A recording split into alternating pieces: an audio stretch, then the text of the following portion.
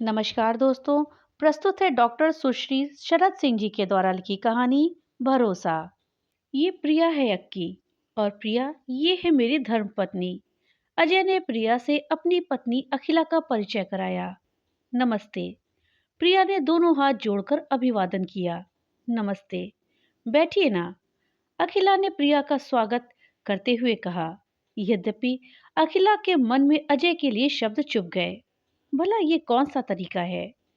प्रिया से परिचय कराते समय पूरा नाम लेने में उन्हें कौन सा कष्ट हो रहा था? यदि वे अक्की के स्थान पर अखिला कह देते तो इसमें इनका क्या घट जाता? अजय ने प्रिया का नाम कितने प्यार से लिया और उसका हम्म, क्या सोच रही हो अक्की? प्रिया को चाय वाय नहीं पिलाओगी क्या? अजय ने अखिला को टोका। वो झेप गई। उसे लगा कि उसके इस अनमने व्यवहार पर क्या सोचेगी प्रिया। अभी लाती हूँ। वैसे प्रिया जी, आप क्या लेना पसंद करेंगी, गर्म या ठंडा? अखिला ने अपने विचारों से उभरते हुए पूछा। कुछ भी ले लूंगी, जो आपके लिए सुविधाजनक हो, प्रिया ने सौम्य भाव से कहा। ऐसा है तो अक्की पहले नींबू की चाय ले आओ। प्रिया को दूध की चाय पसंद नहीं है। एम आई राइट प्रिया? तुम्हें आज तक मेरी पसंद नापसंद याद है? स्ट्रेंज, प्रिया ने खुश होते हुए कहा। प्रिया और अजय बातों में व्यस्त हो गए और अखिला चाय नाश्ता बनाने रसोई में चली गई। उसके हाथ यंत्रवत काम कर रहे थे, किंतु मन में एक फांस चुभी थी। अजय ने कभी किसी दूसरे के सामने यह नहीं कहा कि अखिला को क्या पसंद है और क्या नापसंद। कौन जाने अब उसे अखिला की पसंद नापसंद याद भी है कि नहीं। प्रिया भी कितनी खुश हो रही थी यह जानकर कि अजय को उसकी पसंद नापसंद आज तक याद है। लेकिन इसमें प्रिया का क्या दोष है? उसे तो खुश होना ही चाहिए। कौन नहीं चाहता अपने पुराने मित्र की स्मृतियों में रहना। लगता है अजय भी यह जता देना चाहता है कि वो प्रिया को भूला नहीं है। अन्यथा अजय प्रिया के आने की सूचना देते समय कल ही प्रिया के बारे में हर आवश्यक जानकारी दे सकता था। क्या वह आज भी प्रिया से उतना ही प्यार करता है जितना कि पहले करता था? अखिला का हृदय कांप उठा। उसने अपने सिर को झटकते हुए इस भयावह विचार से छुटकारा पाने का प्रयास किया। क्यों भाई अक्की, चाय बनी कि नहीं? अजय की पुकार सुनकर अखिला हड़बड़ा गई। ला रही हूं, अखिला ने उत्तर दिया और केतली में चाय छानने लगी। अखिला जी थैंक यू, चाय बहुत अच्छी बनी है। ऐसी ही चाय की आवश्यकता महसूस हो रही थी मुझे। आपके हाथों में तो जादू है। चाय की चुस्कियां लेती हुई प्रिया ने अखिला की प्रशंसा करते हुए कहा। छोड़ो भी प्रिया, अक्की की यूं ही तारीफ मत करो, वरना तुम तो वापस चली जाओगी और ये मुझ पर अपने हुनर की रौब गाटती रहेगी। अजय ने हंसकर कहा। हाँ प्रिया जी, भला मैं तारीफ के काबिल कहाँ? प्रिया ने जल भुनकर कहा। बात हंसी मजाक की थी, लेकिन अखिला उसे हंसी मजाक में नहीं ले सकी। प्रिया के सामने उसे कम करके दिखाने का अजय का यह प्रयास एक ओछी हरकत के समान लगा। माना कि प्रिया अजय की पुरानी प्रेमिका है, लेकिन इसका मतलब ये तो नहीं कि वो अपनी पुरानी प्रेमिका के सामने अपनी पत्नी को नीचा दिखाने लगे। अखिला को अब वहां पर और बैठ पाना कठिन लगा। आप दोनों बातें कीजिए, तब तक मैं खाना बनाती हूँ। ये कहती हुई अखिला उठ खड़ी हुई। प्रिया से पूछ तो लो कि वो खाने में क्या पसंद करेगी, अजय ने अखिला को टोका। इनसे क्या पूछना, आप ही बता दीजिए कि ये क्या खाना पसंद करेंगी। आपको तो इनकी पसंद नापसंद अच्छी तरह याद है। जी, मैं खाना नहीं खाऊंगी। जहां मुझे ठहरना है वहीं एक छोटी सी डिनर पार्टी भी रखी गई है। आप व्यर्थ में परेशान ना हो, प्रिया ने संकोच भरे स्वर में कहा।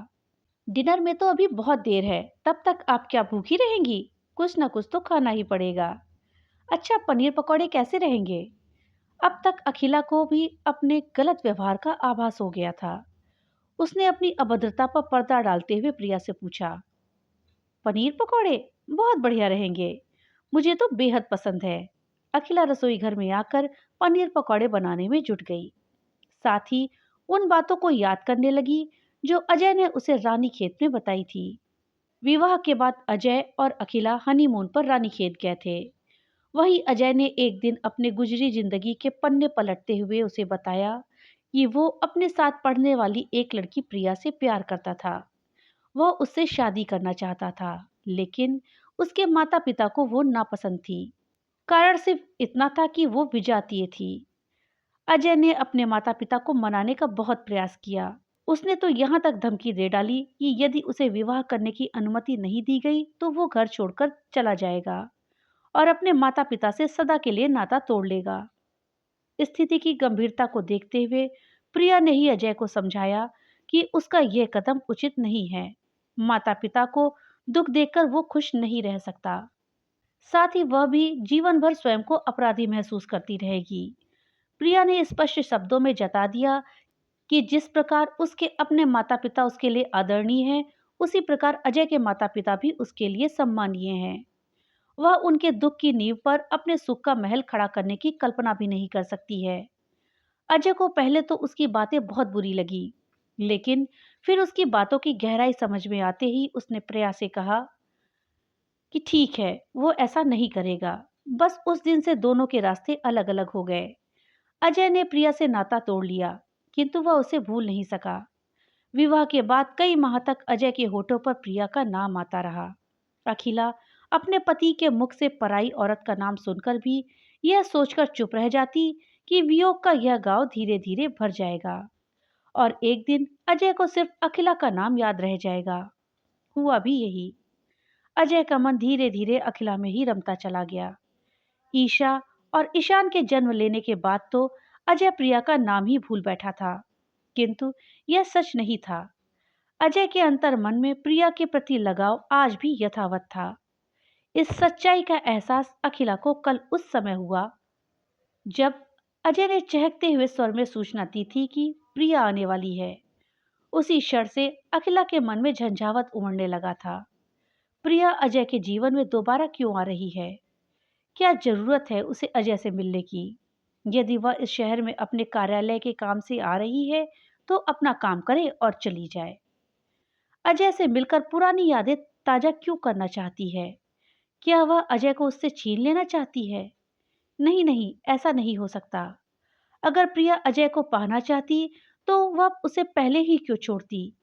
अपने पुराने मित्र या फिर पुराने प्रेमी से मिलने की ललक हर किसी में होती है, फिर प्रिया के मन में यह ललक क्यों नहीं हो सकती?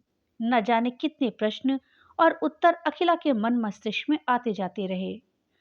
आज प्रिया को अपने सामने पाकर उसकी सुंदरता और सौम्यतापूर्ण व्यवहार देखकर अखिला को समझ में आ गया कि अजय की जगह कोई और पुरुष होता तो वो भी प्रिया को भुला नहीं पाता। पकौड़े तलते तलते अखिला ने तय कर लिया कि वह अब किसी प्रकार की अभद्रता का प्रदर्शन नहीं करेगी। वह अजय और प्रिया को टोकेगी भी नहीं। यदि अजय और प्रिया ने एक दूसरे से मिलने का निर्णय लिया है तो वे परिस्थितियों को भी भली भांति समझते ही होंगे। अजय नहीं तो कम से कम प्रिया पर तो भरोसा किया ही जा सकता है। यदि उसे अखिला का घर उजाड़ना होता तो वह कब का उजाड़ चुकी होती। कल चलो ना, तुम्हें वन विहार घुमा लाता हूँ, अजय प्रिया से कह रहा था। नहीं, रहने दो, वहां शेर भालू देखने कौन जाएगा? प्रिया ने कनखियों से अखिला की ओर देखते हुए उत्तर दिया। अरे नहीं, बहुत अच्छा लगता है वहां, आप अवश्य घूम आइए।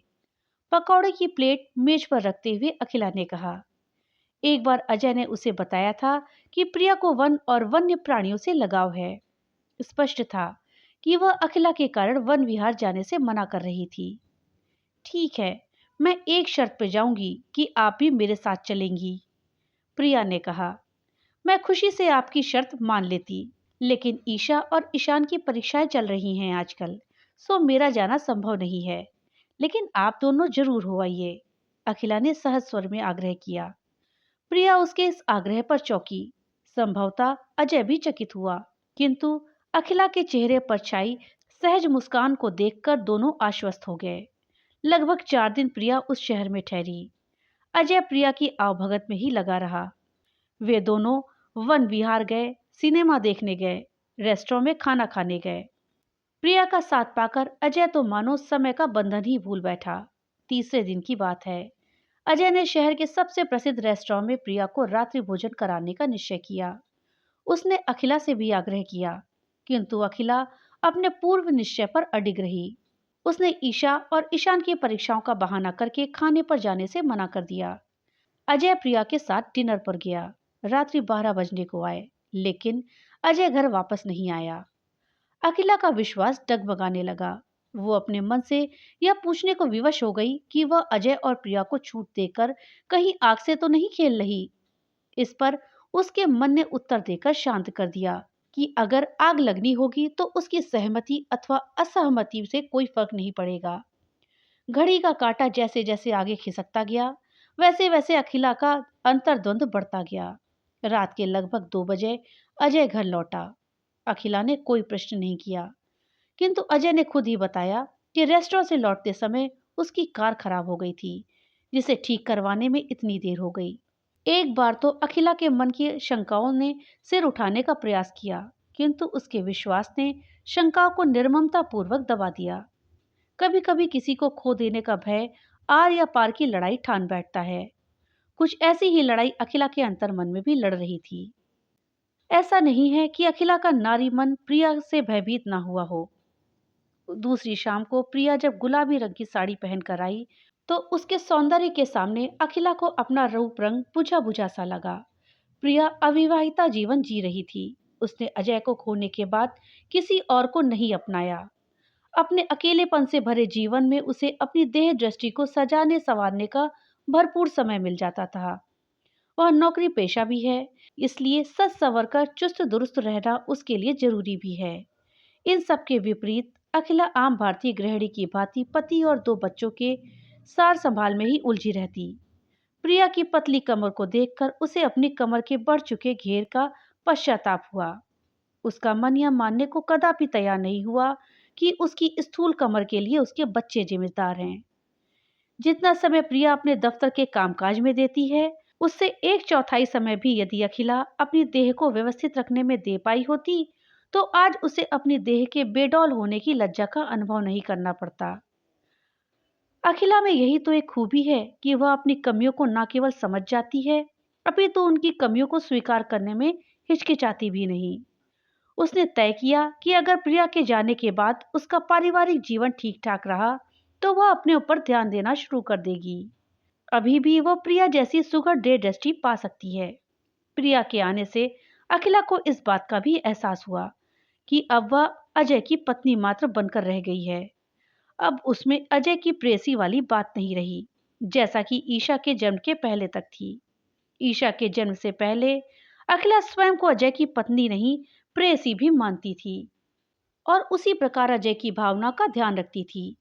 उसे प्रेयसी के रूप में पाकर ही तो अजय प्रिया की यादों के प्रभाव से उबर सका था। अखिला को लगा कि चलो अच्छा हुआ जो उसने एक रूढ़िवादी पत्नी की भांति प्रिया को लेकर अजय से झगड़ा नहीं किया।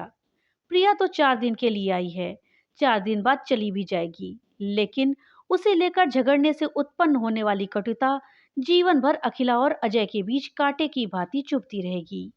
अगर वह पराई औरत 4 दिन के लिए उसके अजय से अपनत्व पा भी लेती, तो उस पर कौन सा पहाड़ टूट पड़ेगा। एक पत्नी के लिए अपने मन को समझाना बड़ा कठिन होता है, किंतु अखिला ने यह कमाल कर दिखाया। उसने अपने मन को वश में रखा और 4 दिन व्यतीत होने की प्रतीक्षा करी।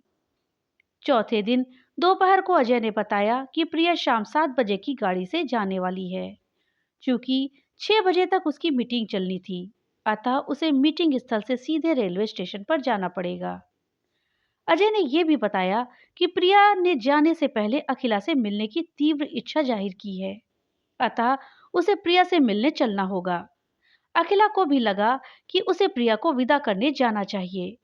वो शाम को 6:30 बजे अजय के साथ रेलवे स्टेशन जा पहुंची। कुछ ही पलों में प्रिया भी आ गई। मुझे विश्वास था कि आप अवश्य आएंगी, प्रिया ने अखिला को देखकर उत्साहित होते हुए कहा। तुम जब भी मुझे बुलाओगी, मैं अवश्य हाजिर हो जाऊंगी। अखिला ने भी आत्मीय स्वर में उत्तर दिया। मुझे आपसे एक बात कहनी है। यदि आज मैं यह नहीं कह पाई तो मेरा मन मुझे चैन नहीं लेने देगा। प्रिया ने अखिला को अजय से परे ले जाते हुए कहा। हाँ हाँ बोलो, क्या बात है। अखिला का दिल तेजी से धड़कने लगा। बात यह है कि मैं आपको धन्यवाद देना चाहती हूँ। धन्यवाद? किस बात के लिए? अखिला ने चकित होते हुए पूछा। अजय और मुझ पर भरोसा करने के लिए, मुझे अजय के साथ 2 पल बिता लेने देने के लिए। अखिला जी, आप विश्वास रखिए कि हमने आपके इस भरोसे को तोड़ा नहीं है। सच तो यह है कि जहां मनाही हो वहीं इंसान ताक झांक करता है। जहां तानाशाही हो, वहीं विद्रोह करके सर उठाता है। जब आपने हम दोनों पर विश्वास किया, तो भला हम कैसे आपके विश्वास को तोड़ सकते थे? कहते कहते प्रिया का गला भर आया। मैं तुम्हारी भावनाएं समझती हूँ प्रिया। अगर मैं यह कह दूं कि मैं तुमसे जरा भी भयभीत नहीं हुई, तो यह सरासर झूठ होगा। लेकिन यह पूरी तरह सच है कि मैं अजय को तौल लेना चाहती थी।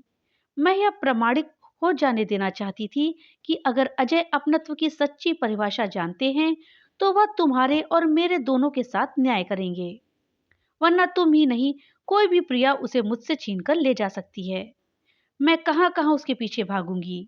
एक पत्नी को अपने पति पर महज अधिकार नहीं जमाना चाहिए, बल्कि उस पर विश्वास करना भी आना चाहिए। आखिर हर रिश्ते अवैध नहीं होते। अखिला ने प्रिया को समझाते हुए कहा। मुझे खुशी के साथ साथ गर्व का अनुभव भी हो रहा है अखिला जी, कि अजय को आप जैसी पत्नी मिली। आज तक मैं यही सोचकर किसी को नहीं अपना सकी कि मैंने अजय को ठुकराकर उसके साथ अन्याय किया है। अब मेरे मन में अजय को लेकर किसी भी प्रकार की चिंता नहीं रहेगी। अब मैं अपराध बोध से मुक्त होकर किसी को अपना जीवन साथी बनाने के बारे में विचार कर सकती हूँ। प्रिया ने अपनी बात पूरी ही की थी कि गाड़ी के रवाना होने की सीटी बजी। चलो प्रिया, गाड़ी रवाना होने वाली है, अजय ने पास आते हुए कहा। अच्छा, चलती हूँ अखिला जी। प्रिया मुस्कुराई और लपक कर ट्रेन में सवार हो गई।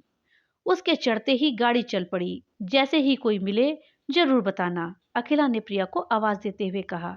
बिल्कुल, सबसे पहले आपको ही बताऊंगी, प्रिया ने भी तुरंत जवाब दिया। कौन मिल जाएगा? किसकी बात कर रही हो तुम लोग? अजय ने चकित होते हुए पूछा। है कोई? जब कहीं मिल जाएगा तब वो मुझे बताएगी और मैं तुम्हें, कहकर अखिला खिलखिलाकर हंस पड़ी। उधर गाड़ी ने गति पकड़ ली थी। तुम औरतों की बातें ईश्वर ही समझे, अजय ने झुंझलाहट बड़े स्वर में कहा। अजय की झुंझलाहट देखकर अखिला का मन शरारत से भर उठा। आखिर उसके भरोसे की जीत जो हुई थी, उसका अजय उसके पास था, किसी पराई औरत के पास नहीं। दोस्तों, कहानी अगर अच्छी लगी हो तो लाइक और ज़्यादा से ज़्यादा शेयर करिएगा। और हाँ, अगर चैनल पे नए आए हैं तो चैनल को सब्सक्राइब करना मत भूलिएगा। और अपने विचार हमें कमेंट बॉक्स में लिख करके ज़रूर बताइएगा। तो मिलते हैं अगली एक नई कहानी के साथ। तब तक के लिए बाय बाय।